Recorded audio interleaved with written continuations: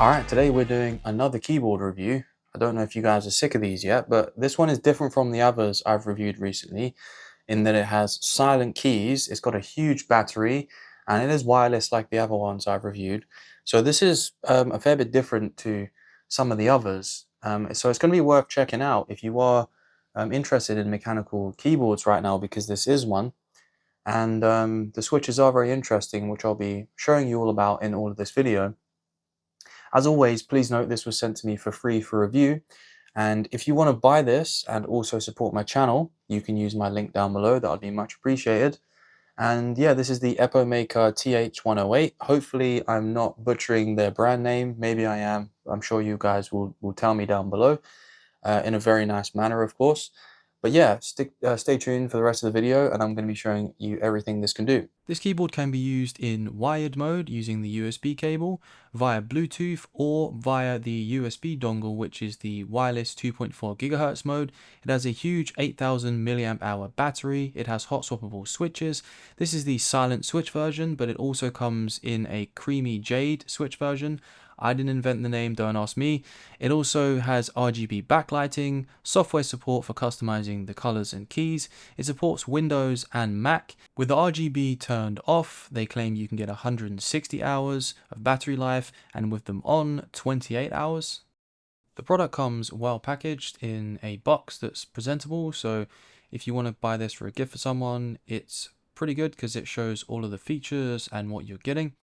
Some nice branding on the plastic here, and when I first take out the keyboard, one of my first thoughts is how hefty it feels.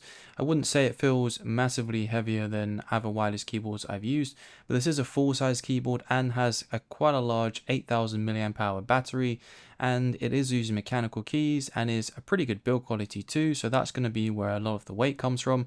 I really liked the design when I took it out, how the top keys kind of gradiate in their color going down to the bottom, so the top keys are lighter and then the bottom keys are darker. We've got our switches on the back and USB-C port, a pretty cool design underneath as well. We get a decently written user manual which gives you all of your functions and how to use the keyboard. There's some extra pieces in these little hidden compartments. The first one is a little tool which enables you to remove the hot swappable switches and take off the keys as well.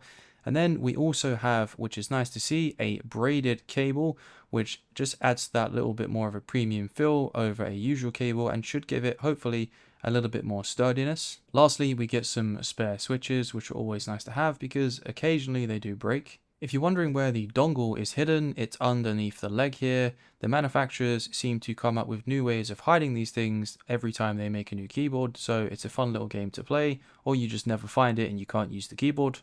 Alright, let's take a look at the design of this keyboard. You'll see it is a full-size keyboard. I did notice immediately, compared to my Red Dragon, I will be doing a comparison to some of my other keyboards. I'll bring them into shot in a bit.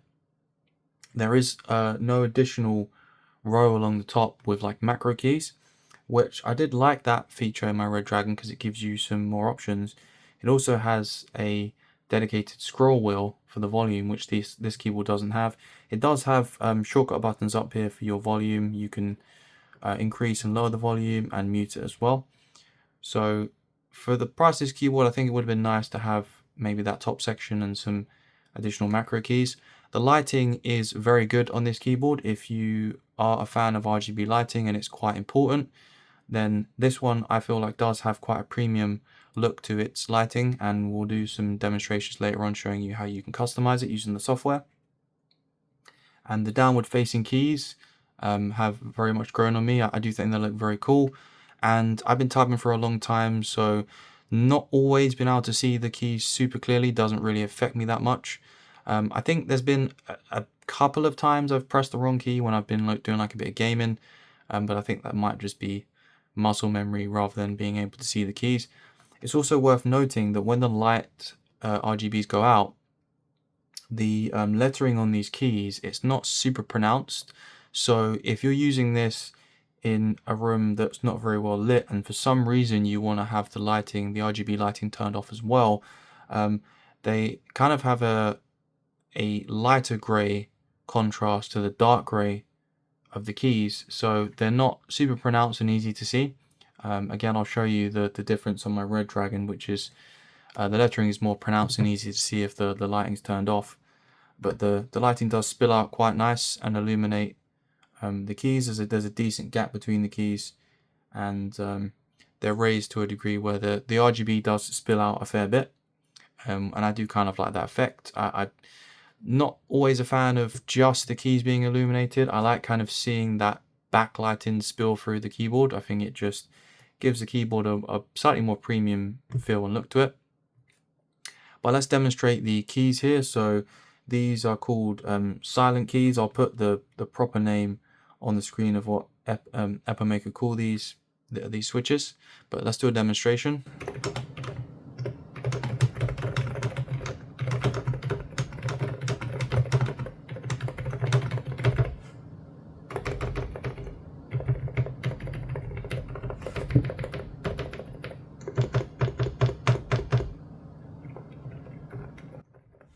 So these keys are very quiet. If you're doing normal typing or even some gaming, these definitely have a very pleasant noise level. If you're going to be like spamming them hard, they're obviously going to be louder, but I don't think most people are going to be doing that. And they do have enough travel and enough kind of a click feeling that it still feels like a mechanical keyboard, which obviously it is, and they still feel very satisfying to use and also feel high quality. So if feel and a low noise level is really important to you, I feel this keyboard kind of nails that. I really like the tactile feel and the noise that the keys make. But let's bring my Red Dragon keyboard into view here so we can make a few comparisons. This has been one of my favorite keyboards, the Red Dragon. I've already done a review on this, so I will put a link to that if you want to check it out. So you'll see here, as I mentioned earlier, there's this extra top row on my Red Dragon keyboard where you have some macro keys and even a record button, so you can it's pretty cool. You can manually record some keys, and then when you hit one of these like hotkeys or macro keys up here, it'll perform the same kind of routine that you did. Let's also turn this on so we can do a comparison to the lighting. So give me a second. So you can see the comparison in lighting here, and I'll also do a demonstration of what the Red Dragon sounds like. So this is using a red switch, which is, if I remember correctly, I think on the lower end of the noise level and tactile feel, and something like a brown switch would be higher on that, so it would be much more clicky and have a much more audible sound. So yeah, let's see what they sound like in comparison.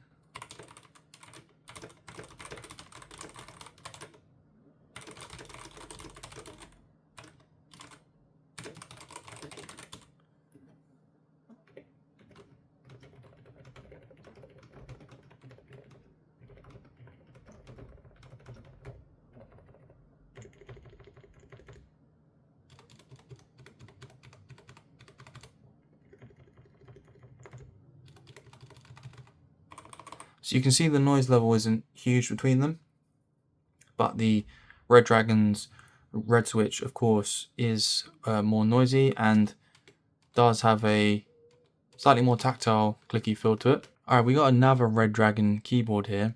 So this one doesn't advertise itself as being silent like the EPOMAKER does, but it does say it has 3 levels of noise dampening.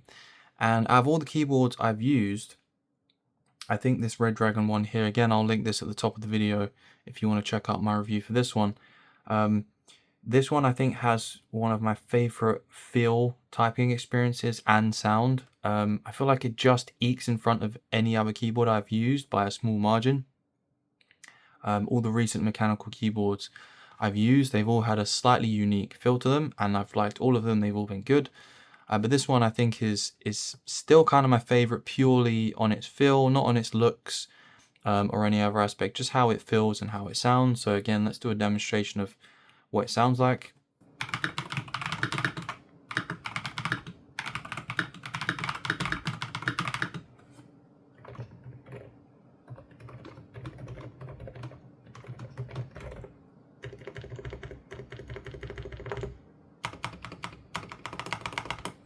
So you can see there's a massive level of difference in their sound. The EPOMAKER is much more quiet, and if that's a really important factor for you, then out of all the keyboards I've tested, it's definitely the most quiet. But again, it still has that nice tactile feel, so you feel like you're using a high quality mechanical keyboard. So it does hit a sweet spot between sound and feel. And yeah, the design of it's pretty nice too. So let's move on to the next part of the video.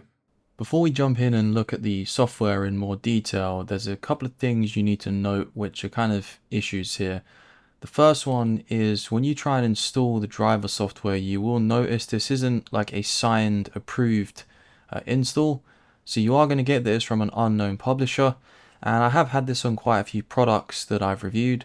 But I just wish more publishers would get their files approved so you know they're safe to install. So that's the first thing to bear in mind if you're going to be installing this and you are very security conscious. This is going to be an issue. Secondly, when we actually launch the software, it doesn't actually show the correct keyboard layout, which is quite disappointing. And I saw a review with someone else mentioned this as well. I might put the name up on screen so you can go check it out as well. But I saw someone else review this keyboard on YouTube, and they had the same issue. Like, I think it was a couple of weeks ago when they reviewed this product. So it's a bit of a shame to see in this time EPOMAKER hasn't actually fixed this. But anyway, now I've mentioned those two things, let's jump into the rest of the software. This is the software that comes with this keyboard. So this is the home screen. We've got our battery life at the top right and what mode we're using the keyboard in, currently in wireless mode.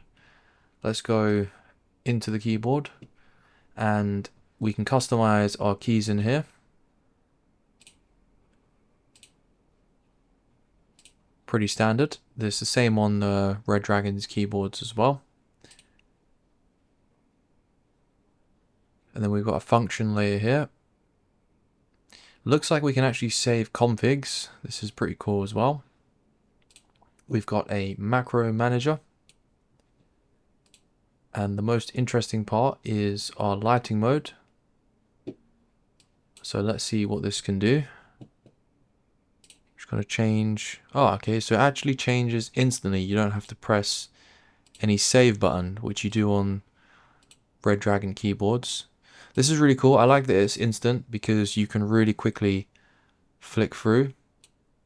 Can also adjust our brightness level here.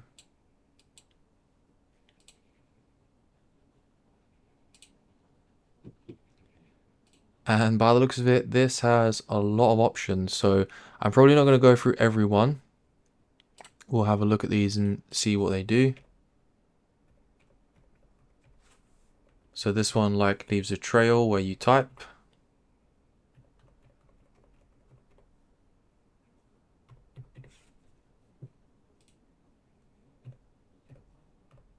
This one is the opposite, so it turns off the key as you press it.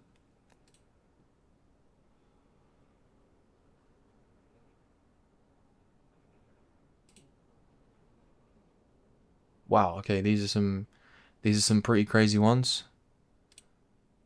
Let me know down below, do you guys ever have the really crazy animated colors on your keyboards that you use? Because I tend to be quite boring. I tend to go for the static colors and maybe just choose a custom layout.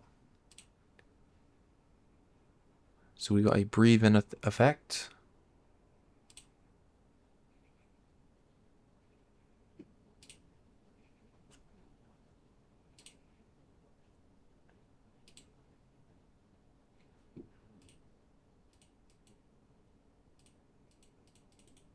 So what I want to see, I want to try and find is if this keyboard lets you customize each individual key, because my Red Dragon keyboard, I can do that on, and I thought this was a really cool feature.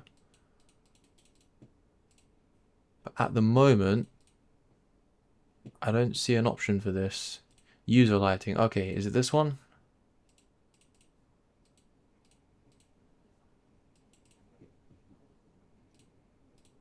New.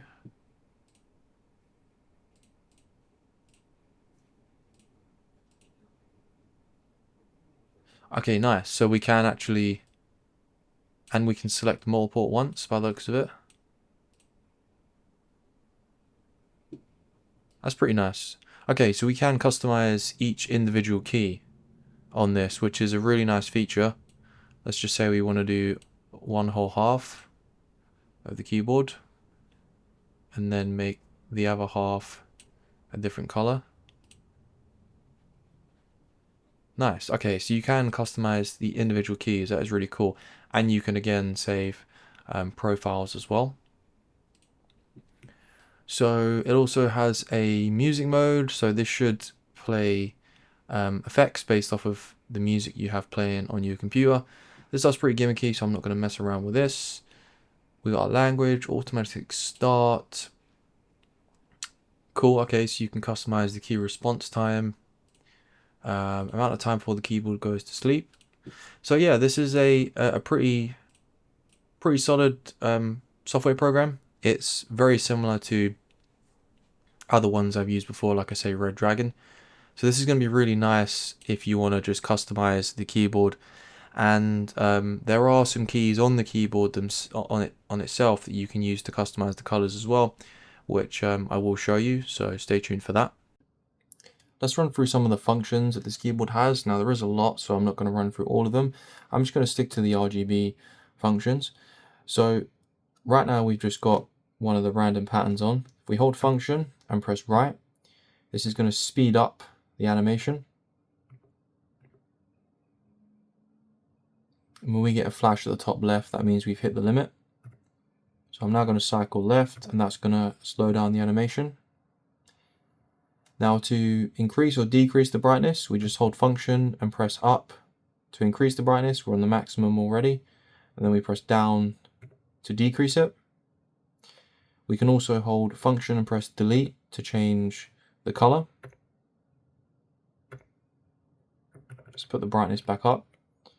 And then to actually change the color pattern or the color animation we're using, we hold function and press insert.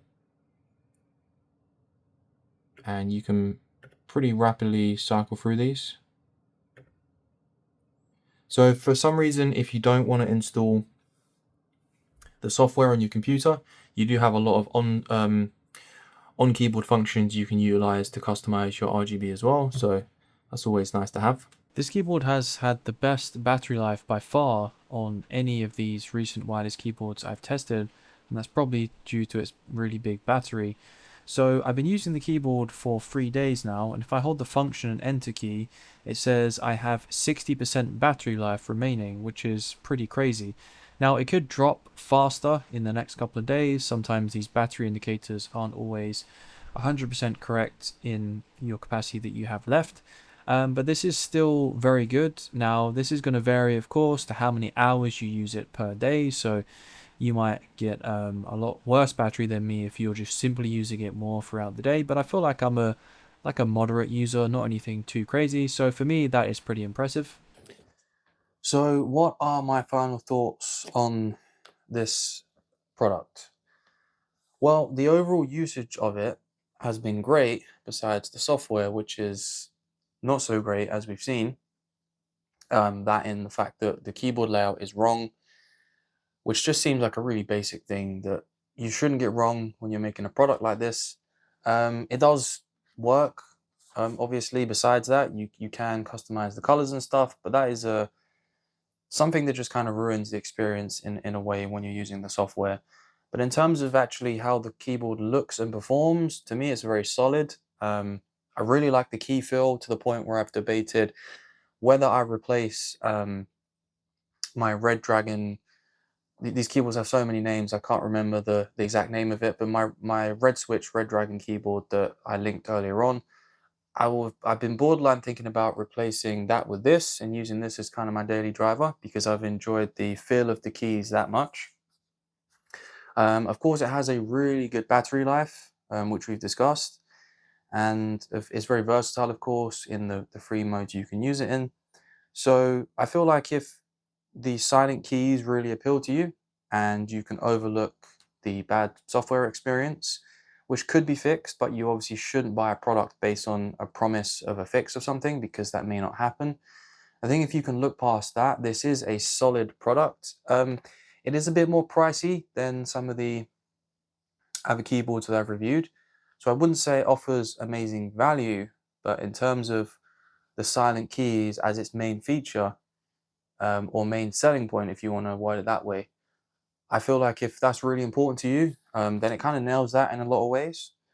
So I think it's going to be up to you guys on whether you think you should purchase this product. But yeah, if you would like to purchase it, you can use the link down below, and that will also help support my channel. And if you've enjoyed the video, guys, please leave a thumbs up. If you're new here, please consider subscribing for more videos like this one. And of course, I will see you in the next one.